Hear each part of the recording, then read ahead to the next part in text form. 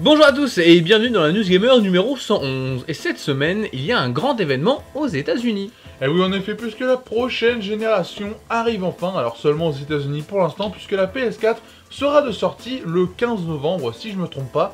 À savoir que Sony fera des annonces de jeux d'exclusivité ce jour-là, alors on attend ça avec impatience. En tout cas en France, il faudra attendre le 29 novembre. C'est en tout cas le grand coup de départ pour cette next-gen. La next-gen, on en parle tout de suite dans cette News Gamer. Dans cette News Gamer, vous aurez du Knack, du Rise et des nouvelles de la Ouya. Dans nos pas à retenir cette semaine, nous vous parlerons de Metal Gear Solid 5 Ground Zero, de Rambo et de Assassin's Creed 4. On passera aussi au crible le nouveau jeu dans la série des Lego, j'ai nommé Lego Marvel Super Heroes. Cette semaine, nous vous passons aussi au crible Cartel, un nouveau film de Ridley Scott. On se quittera avec un film sur la finance.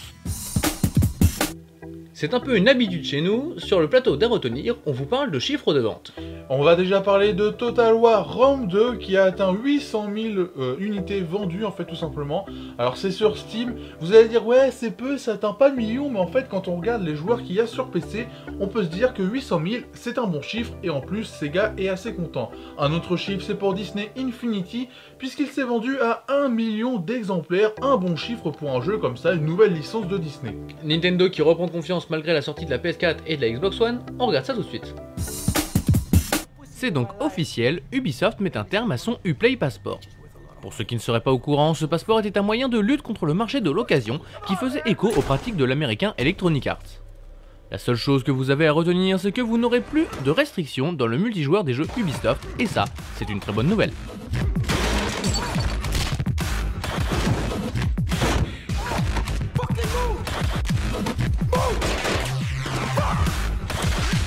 « 500 jeux en moins d'un an pour une console, c'est possible. En effet, la boutique en ligne de la Ouya contient maintenant 500 jeux à son actif. La liste est majoritairement constituée de développements indépendants et tous les jeux sont jouables gratuitement en démo. Une Ouya 2.0 est déjà prévue avec une nouvelle manette pour 2014. Ils ne perdent vraiment pas de temps. The console business as it is today is completely closed to the independent developer. The process overhead for console development is really just too much for us. There's a lot of hurdles for developers. Knack a surpris tout le monde cette semaine en nous proposant une vidéo de gameplay multijoueur. Et oui, le jeu de plateforme exclusif à la PS4 proposera donc à 2 joueurs de participer en même temps à une merveilleuse aventure. Knack sera présent au lancement de la PlayStation 4, c'est-à-dire à partir du 29 novembre 2013.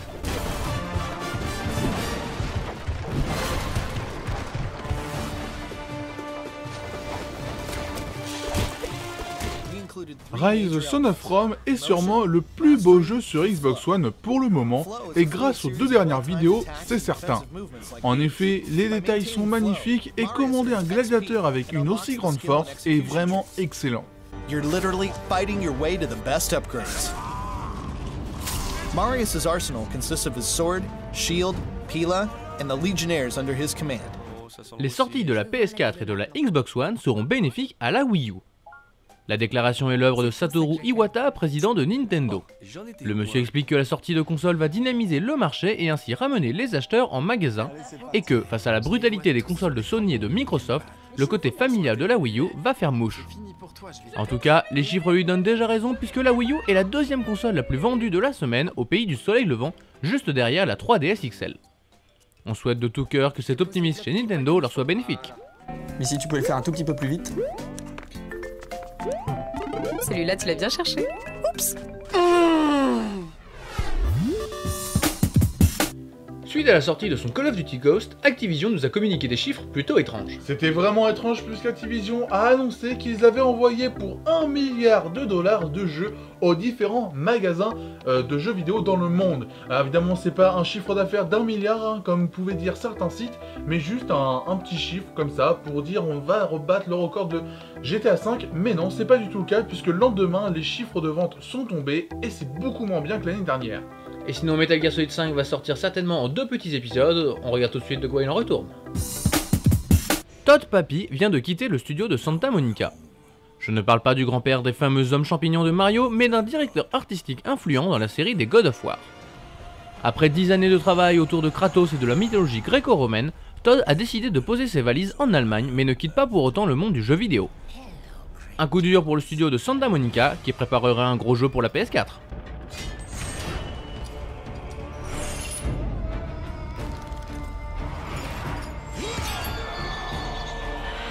C'est maintenant officiel, un petit Metal Gear sortira bien avant Metal Gear Solid 5 The Phantom Pain. Konami a annoncé Metal Gear Solid 5 Ground Zero, un simple prologue pour 30 €. Mais pourquoi est-ce une mauvaise chose? Tout simplement parce que Konami nous fait payer un mini-jeu un peu comme Gran Turismo 5 Prologue en 2008. Une arnaque qui s'annonce juste pour faire payer les fans de la série.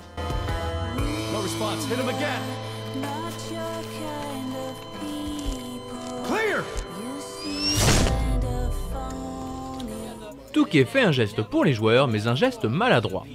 L'éditeur américain proposera prochainement sur console un pack estampillé Touquet Sports à moindre coût.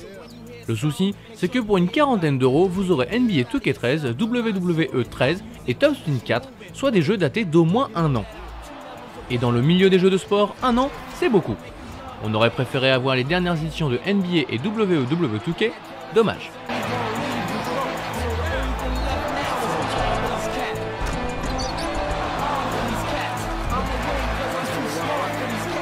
Rambo sera de retour sur vos écrans, non pas en film, mais en jeu vidéo.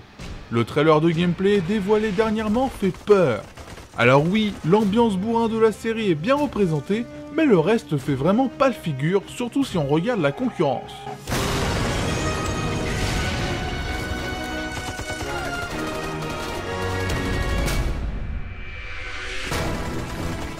Le problème des jeux cross-platform, c'est qu'ils utilisent une vieille console à son maximum quand ils utilisent la nouvelle à son minimum.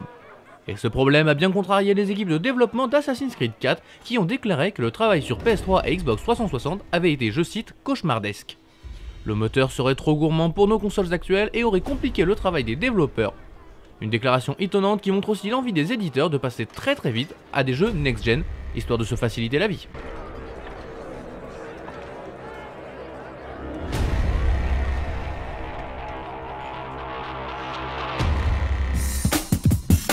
C'est la semaine de sortie des petits dans le monde du jeu vidéo avec Ratchet & Clank Into the Nexus, Contrast. Nous on vous emmène voir Lego Marvel Super Heroes, et sinon au monde du cinéma vous aurez les gros lourds qui seront là avec Schwarzenegger ou Stallone pour Évasion. Nous on ira voir Cartel avec entre autres Cameron Diaz ou Penelope Cruz. Lego Marvel Super Heroes, c'est l'adaptation en Lego des Avengers, et Cartel, c'est l'histoire d'un avocat qui devient complètement ripou, enfin c'est tout de suite.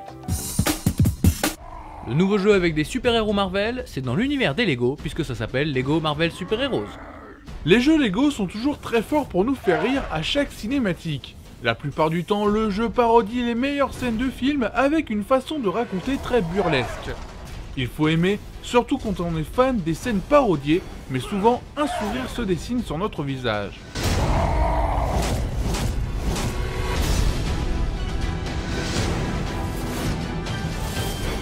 Les jeux vidéo Lego, on commence à les connaître et la recette est toujours la même avec toujours les mêmes défauts. Le jeu est sympathique à jouer, possède une durée de vie phénoménale et fait très bien passer le temps, mais on n'échappe pas aux problèmes de caméra et aux différents bugs inhérents à la série. Le jeu reste tout de même agréable si on n'est pas trop regardant.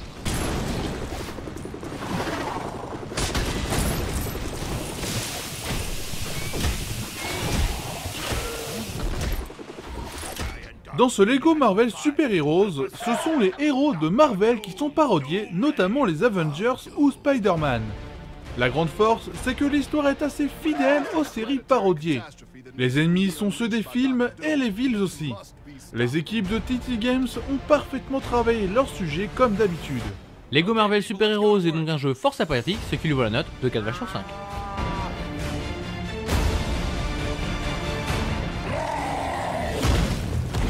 Let go of me, pup. He's one of the good guys, even if he doesn't smell like one. Lorsqu'un juge transgresse la loi sous la caméra de Ridley Scott, ça s'appelle Cartel. Tout ce que l'on peut dire du casting de Cartel, c'est qu'il est vraiment excellent. Déjà derrière la caméra, on retrouve le très talentueux Ridley Scott, l'homme qui a fait Prometheus ou Mensonge d'État. Concernant les acteurs, Michael Fassbender, Penelope Cruz, Cameron Diaz ainsi que Javier Bardem et Brad Pitt sont au programme.